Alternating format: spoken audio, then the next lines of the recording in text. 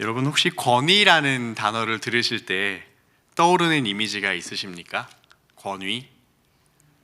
권위하면 떠오르는 것이 학교에서 선생님의 권위, 아니면은 직장에서 상사의 권위, 때로는 뉴스에서 정치인들이 행사하는 그런 권위가 떠오를 수 있습니다. 때로는 이 권위라는 말이 우리에게 편안함을 주기도 하고, 때로는 불편하고 강압적으로 느껴지기도 합니다. 요즘 사람들은 이 권위라는 말을 별로 좋아하지 않습니다. 이 권위에 대한 반감은 젊은 세대에만 국한되지 않고 세대를 걸쳐 사회 전반에 나타나는 현상입니다. 하지만 이 반감은 권위 자체에 대한 반감이라기보다는 권위가 강압적으로 그리고 통제적인 방식으로 나타나는 권위주의에 대한 반발이라고 볼 수 있습니다. 예를 들어 권위자가 자신의 권위를 남용하면서 사람들의 자유를 억압하거나 강제로 자신의 의견을 따르게 할 때 우리는 불편함을 느낍니다. 사실 권위 자체는 나쁜 것이 아닙니다. 사회에서 질서를 유지하려면 권위는 필요합니다. 가정에서 부모의 권위가 필요하고요. 학교에서는 선생님의 권위가 필요합니다. 교회에서도 권위는 중요합니다. 하지만 이 권위가 남용되면 문제가 생깁니다. 한 리더가 자신의 생각을 강제로 따르게 하려고 사람들의 자유를 뺏고 억압한다면 사람들의 심한 반발을 사게 될 것입니다. 또한 거기에다가 물리적이거나 정신적인 폭력이 사용된다면 더 큰 문제가 발생할 것입니다. 문제는 권위주의에 대한 반발이 이 정당한 권위까지도 거부하는 것으로 이어진다는 점입니다. 이제는 정당한 권위에도 순복하기를 싫어하는 일들이 흔하게 일어나고 있습니다. 그런데 오늘 우리는 이 권위에 대해서 다시 생각해 보면 좋겠습니다. 예수님은 왕으로서 이 땅에 오셨습니다. 예수님은 하나님 나라의 왕으로서 그 권위를 행사하시며 그 나라의 백성들을 이끌어 주십니다. 그런데 예수님은 그 권위를 어떻게 사용하셨을까요? 예수님은 세상의 왕들과는 전혀 다른 방식으로 그 권위를 행사하셨습니다. 마가복음은 바로 이 점을 아주 잘 표현하고 있습니다. 오늘 본문을 살펴보기 전에 바로 앞에 나온 마가복음 1장의 문맥을 함께 살펴보았으면 좋겠습니다. 혹시 성경이 있으신 분들은 성경을 따라서 마가복음 1장 1절부터 한번 쭉 눈으로 한번 살펴보시길 바랍니다. 이 말씀들을 보면 예수님께서 하나님 나라의 왕권을 가지고 오셨음이 드러나는데요. 여러분, 왕이 한 도시를 방문할 때 이 백성들에게 어떻게 왕이 온다는 것을 미리 알릴 수가 있을까요? 요즘 시대야 전화로 하거나 이메일로 하면 되겠지만 옛날에는 발이 빠른 신하가 가서 왕이 오는 소식을 전합니다. 1장 1절부터 8절에 등장하는 이 세례 요한이 바로 그런 역할을 했습니다. 세례 요한은 예수님의 길을 준비하는 사람이었습니다. 마치 신하가 승리의 소식을 가지고 들어오는 이 왕의 행차를 예비하는 것과 같은 모습입니다. 또 이제 기다리던 새로운 왕이 대관식을 하는 모습도 나오고 있습니다. 1장 9절에서 11절을 보면은 예수님께서 세례를 받으시는 장면이 나옵니다. 그리고 예수님께서 세례를 받으실 때 성령이 부어집니다. 그리고 하나님께서 예수님을 나의 사랑하는 아들이라고 선언하십니다. 이는 마치 예수님께서 공식적으로 왕권을 받으시고 기름 부음을 받는 것과 같은 이미지를 보여주고 있습니다. 또 여기를 마가복음을 보면 이 왕이 전쟁에 앞서 나아가서 적의 수장과 싸우는 장면이 나옵니다. 1장 12절에서 13절을 보면 1장 12절 13절에 보면 예수님께서 사탄에게 시험을 받는 장면이 나옵니다. 하지만 예수님은 이 시험을 승리하십니다. 예수님께서는 하나님 나라의 왕으로서 이 공중의 권세 잡은 자 사탄을 이기고 승리하심을 보여주시는 것입니다. 전투에서 이기신 예수님은 전 우주를 다스리는 왕이시라는 것을 확실하게 보여주고 있으신 겁니다. 또한 새로운 나라가 시작되었다는 장면도 나옵니다. 1장 14절에서 15절을 보면요, 예수님은 본격적으로 복음, 즉 기쁜 소식을 전하기 시작하십니다. 이 복음의 메시지는 이렇습니다. 때가 찼고 하나님의 나라가 가까웠으니 회개하고 복음을 믿으라 였습니다. 예수님께서 이 땅에 오심으로써 하나님 나라가 이제 시작된 것입니다. 이제는 그 백성들을 모으시고 하나님의 나라를 확장해 가실 것입니다. 자, 이제 여러분, 왕이 오셨고 이제 그 새로운 나라가 시작되었습니다. 이제 무엇이 필요할까요? 왕이 오셨고 그 나라가 시작되었습니다. 무엇이 필요할까요? 그 나라의 백성들이 필요한 것입니다. 그 다음 구절인 1장 16절에서 18절을 보면 왕이 그 백성들을 모으는 장면이 나옵니다. 예수님은 먼저 갈릴리 호수의 어부들을 그 제자로 부르십니다. 이제 예수님의 공동체가 시작이 된 것입니다. 하나님 나라의 관점에서 보면 이 마가복음 1장은 예수님이 분명 왕권을 가진 통치자로 오셨음을 분명하게 보여주고 있는 것입니다. 자, 이제 오늘 본문으로 들어가 보겠습니다. 오늘 본문에서 우리는 예수님께서 본격적으로 사역을 시작하는 장면을 보게 됩니다. 예수님은 갈릴리 지역을 중심으로 사역을 펼치기 시작하시는데 그 중에 가버나움이라는 도시에서 첫 번째 중요한 일들이 일어납니다. 이 가버나움이라는 도시는 예수님의 사역의 중심지였습니다. 특히 이 지역은 이방 나라들과 교류가 활발했고요. 그래서 많은 이방인들이 섞여서 살고 있는 국제적인 도시였습니다. 예수님은 그런 사람들 속에서 복음을 전하기 위해 이곳을 선택하셨습니다. 예수님께서 가버나움에 도착하시자 회당에서 말씀을 가르치기 시작하십니다. 이 회당은 어떤 곳일까요? 이 회당은 당시 흩어져 있는 유대인들이 모여서 예배를 드리는, 그리고 말씀을 배우는 중요한 장소였습니다. 이곳에서 예수님은 왕과 같은 권위로 가르치셨다고 성경은 말씀하고 있습니다. 22절에 보면 사람들은 예수님의 가르침에 놀랐다고 기록이 되어 있습니다.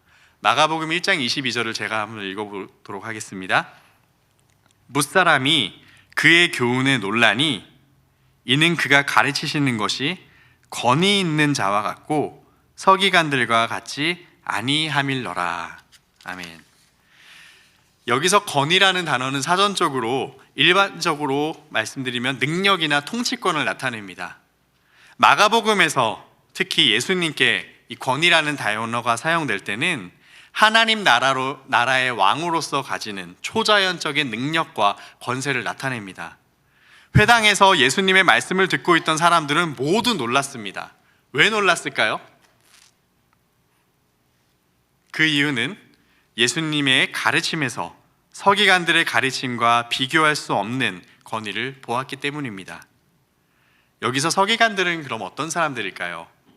1세기의 서기관들은 율법에 대한 전문가였습니다. 그들은 유대인들에게 매우 존경받는 학자이자 지도자였습니다. 서기관들은 율법의 해석에 대한 결정을 내릴 권리를 가지고 있었습니다.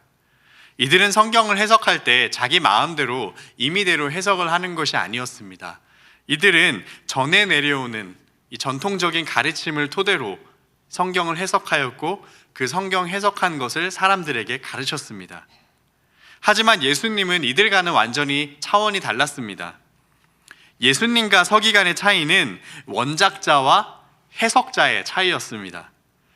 영화 평론가들이 영화 기생충에 대해서 여러 가지 평론을 하고 여러 가지 해석을 내어놓습니다. 그런 해석 중에는 매우 훌륭한 해석들도 많이 있습니다. 하지만 누가 보더라도 평론가의 해석보다는 이 영화를 만든 봉준호 감독에게 더 큰 권위가 있습니다. 아무리 평론가의 해석이 훌륭하더라도 영화 감독이 그거 아니에요 라고 얘기하면 아닌 게 되는 겁니다. 예수님은 서기관들처럼 전통적인 해석을 토대로 가르치지 않으셨습니다. 대신 예수님은 하나님 나라의 새로운 진리를 선포하셨습니다. 서기관들이 사람들의 말을 인용하거나 기존의 전통에 의지해서 가르쳤다면 예수님은 직접 하나님 아버지께 받은 말씀을 사람들에게 선포하셨습니다. 예수님의 가르침은 단순히 전해 내려오는 지식을 전달하는 것이 아니라 사람들의 마음을 변화시키는 권위를 가지고 있었습니다. 그래서 예수님의 가르침을 듣고 사람들이 놀라게 된 것입니다. 예수님의 권위는 가르침을 통해서도 나타나지만 능력을 통해서도 나타납니다. 23절에서 26절을 보면은 예수님께서 귀신 들린 사람을 치유하는 사건을 다루고 있습니다. 이 귀신은 예수님 앞에서 두려워하며 그분의 권위 앞에 압도되는 모습을 보입니다. 이 장면에서 중요한 점은 예수님의 권위가 단순히 인간적이거나 어떤 정치적인 권위가 아니라 초자연적인 능력에서 나오는 권위라는 것을 보여준다는 것입니다. 예수님은 악한 영들과의 싸움에서 그분의 권위를 확실히 드러내시며 그 결과 귀신은 예수님의 명령에 복종하게 됩니다. 27절을 제가 다시 읽어보겠습니다. 27절을 보면은 사람들이 예수님의 권위에 다시 놀라는 장면이 나옵니다. 다 놀라 서로 물어 이르되 이는 어찌미냐? 권위 있는 새 교훈이로다. 더러운 귀신들에게 명한즉 순종하는도다 하더라. 가버나움에서의 예수님의 첫 사역은 예수님께서 하나님 나라의 왕권을 가지고 이곳에 오셨다는 것을 보여주고 있습니다. 그런데 우리가 이 이야기에서 놓치지 말아야 할 것이 있습니다. 예수님의 능력에 집중하다 보면 여기 한가운데 있는 바로 이 한 사람을 놓치게 됩니다. 누굴까요? 23절과 26절에 나오고 있는 바로 귀신 들린 사람입니다. 예수님의 승리는 사탄과 악의 영들에 대한 승리입니다. 하지만 이 승리는 비인간적인 승리가 아닙니다.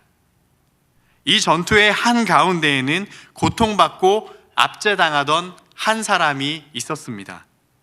우리는 그 사람의 이름을 알 수 없습니다. 하지만 그는 악하고 더러운 귀신에게 조종당하고 비참한 삶을 살고 있었습니다. 여러분 한번 상상해 보시길 바랍니다. 누가 만일 악한 영에게 조종당하면서 그 말이나 그 행동이나 그 모든 생각들이 악한 영에게 조종당하고 있다면, 그래서 그 주변에 있는 모든 사람들이 그 사람을 매우 불편해하고 불쾌해하고 그 사람을 멀리하고 있다면 그 인생이 얼마나 비참하겠습니까?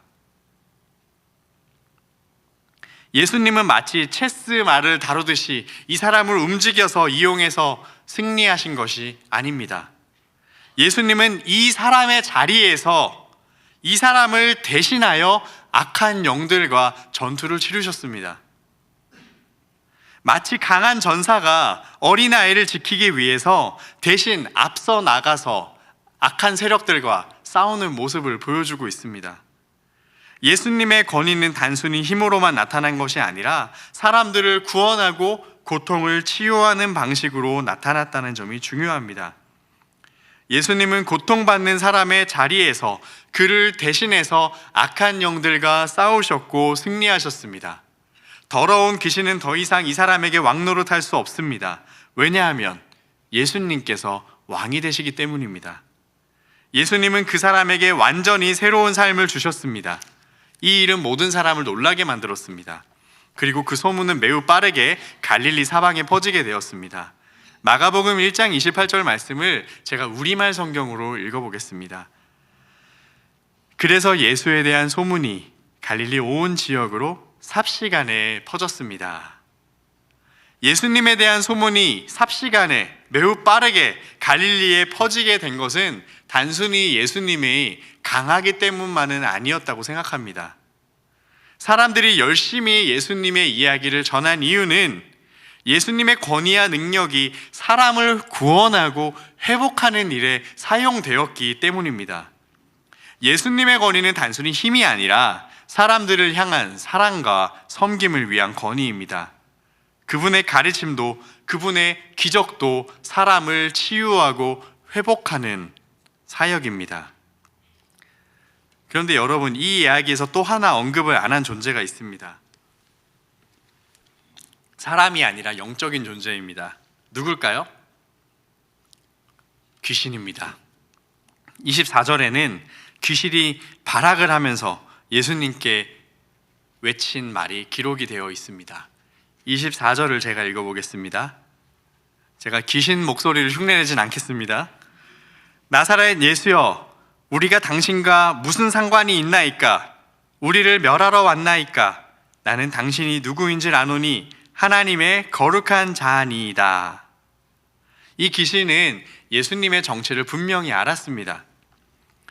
사실 회당에 있던 다른 모든 사람들보다 더 정확하게 예수님에 대해서 알고 있었습니다. 귀신은 예수님이 하나님의 거룩하신 아들이심을 믿었습니다. 아니, 알았습니다. 1장 24절에서는 하나님의 거룩한 자라고 부르고 있고, 나중에 3장 11절에서는 하나님의 아들이라고 부르고 있고, 5장 7절에서는 지극히 높은 하나님의 아들이라고 부르고 있습니다. 하지만 예수님을 지식적으로 알고 있다고 해서 이것을 믿음의 고백이라고 말할 수는 없습니다. 예수님을 지식적으로 바로 알면서도 얼마든지 예수님을 거부할 수 있습니다. 예수님을 머리로는 믿지만 얼마든지 예수님을 거부할 수 있습니다. 여기서 귀신이 외친 우리가 당신과 무슨 상관이 있나이까? 라는 표현은 단순히 궁금해서 물어보는 질문이 아닙니다. 이 표현은 관계의 단절 또한 절교를 의미합니다. 이 표현을 요즘식으로 표현하면 이 정도가 될 것 같습니다. 예수님, 당신과 나는 절대로 같이 있을 수 없는 사이입니다. 제발 신경 좀 끄고 좀 가세요. 이런 의미일 것입니다. 지금 귀신이 느끼는 감정은 두려움과 적대감입니다.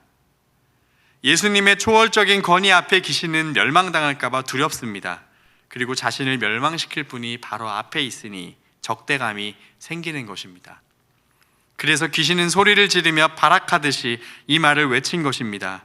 나사렛 예수여, 우리가 당신과 무슨 상관이 있나이까? 그런데 여러분, 이 귀신의 모습을 보면서 그냥 귀신이니까 이렇게 생각하고 넘어가시면 안 됩니다. 정말 이 더러운 귀신들만, 이 약한 영들만 예수님을 이렇게 밀쳐낼까요? 사람들은 그렇지 않을까요? 사람들도 귀신들처럼 예수님을 거부할 때가 많습니다. 사람들이 예수님에 대해서 잘 모를 때는 예수님에 대해서 좋은 말을 많이 할 수 있습니다. 예수님 참 선한 분이셔. 예수님은 좋은 선생님이셔. 예수님은 훌륭한 리더야. 예수님은 희생적인 사랑을 보여주신 좋은 모델이야. 이런 좋은 말들을 하는 사람들 중에서는 무신론자들도 있습니다. 하지만 예수님을 바로 알게 되면 이들의 태도는 달라지게 될 것입니다. 예수님은 하나님 나라의 왕으로 오셨습니다. 그리고 그분은 그 백성들이 오직 예수님을 믿고 그분만을 주인으로 섬기며 따르기를 요청하십니다. 이런 예수님의 권위 앞에서 사람들은 매우 불편해집니다. 그리고 적대감이 생깁니다. 만일 우리가 정말 초월적인 권세를 가지신, 그리고 이 세상에서 가장 순결하신, 그리고 가장 거룩하신 예수님을 우리가 대면한다면 어떤 느낌이 들까요? 솔직하게 말한다면 사람들에게 처음 오는 반응은 두려움과 적대감일 것입니다.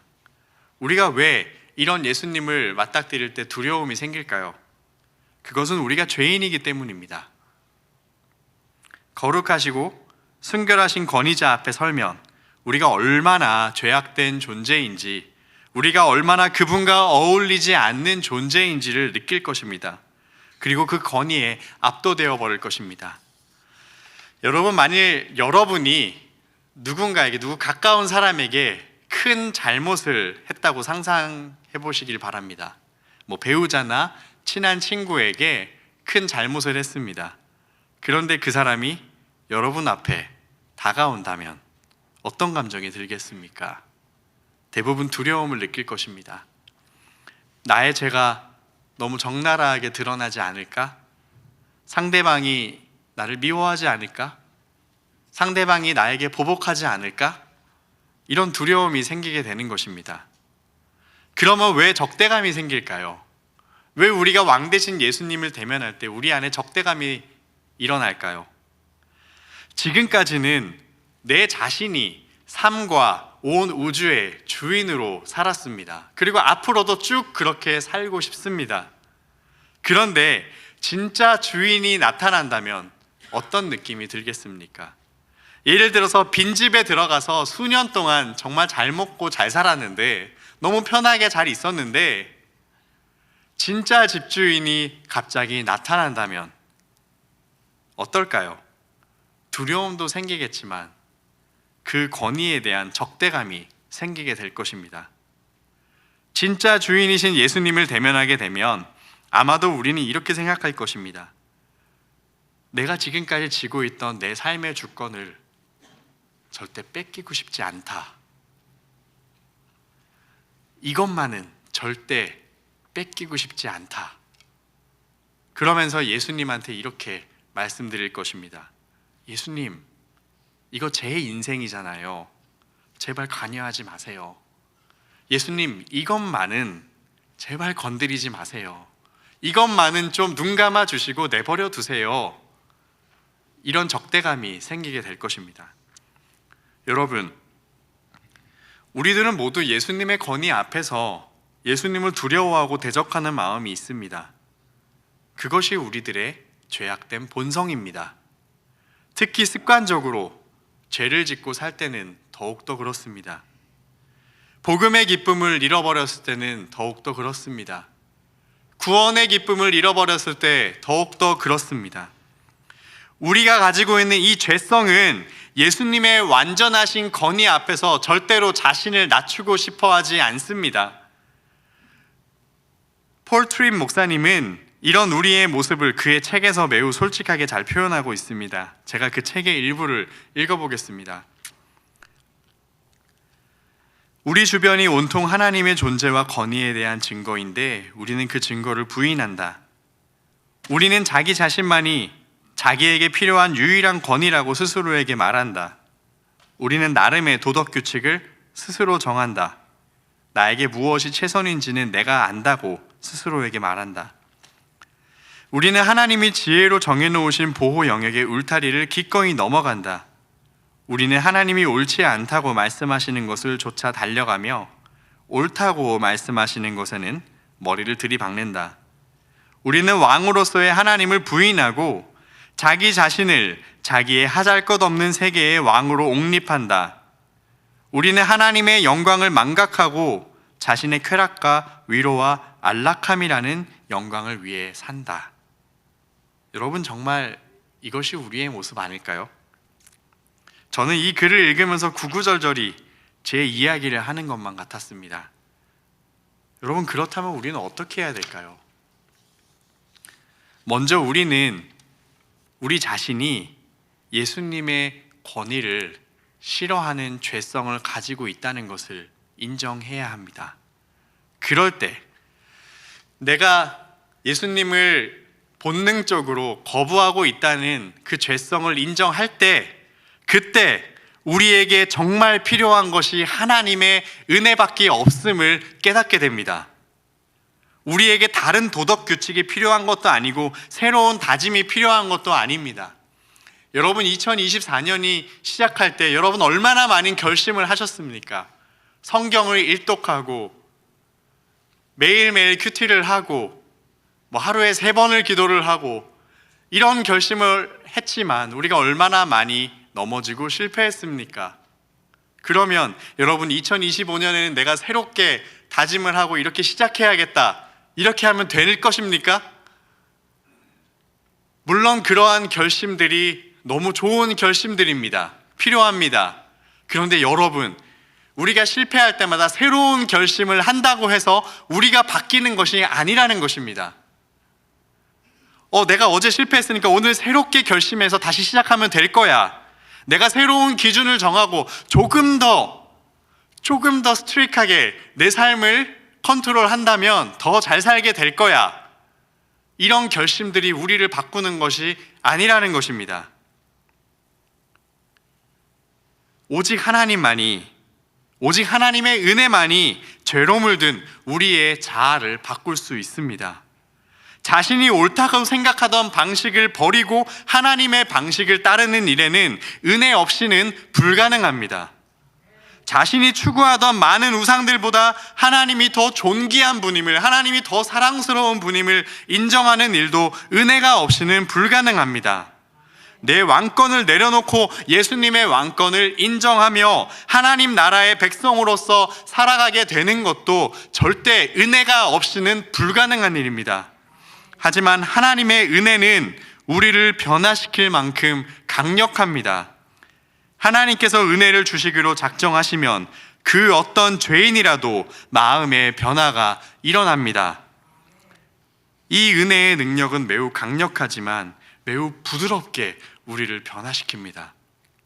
예수님은 권위가 있으시지만 그 권위를 사람들을 압도하는 데 사용하지 않으시고 우리를 섬기는 데 사용하셨습니다. 그분은 우리가 가진 두려움과 오해를 뛰어넘어 우리의 고통을 세심하게 돌보시며 우리의 구원의 길을 열어주셨습니다. 우리는 예수님의 권위가 단순히 높은 자리에 있는 것이 아니라 우리의 삶의 구체적인 문제들에 대해서 세심하게 살피시고 섬기시는 사랑임을 깨닫게 됩니다. 여러분, 예수님께서 우리에게 구원의 길을 열어주셨습니다. 왕으로 오셨지만 예수님은 죄인을 섬기셨습니다.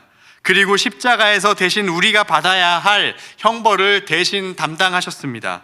이 저주받은 십자가는 원래 죄인들인 우리가 받아야 될 형벌이었습니다. 하지만 만왕의 왕께서 이 벌레 같은 죄인들을 위하여 대신 형벌을 받으셨습니다.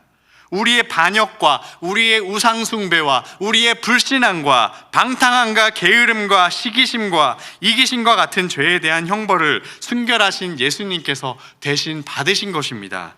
십자가에 달리신 왕께서 우리를 구원하셨습니다. 여러분, 우리가 살다 보면은 예수님에 대한 믿음이 흐려지고 의심이 커질 때가 있습니다.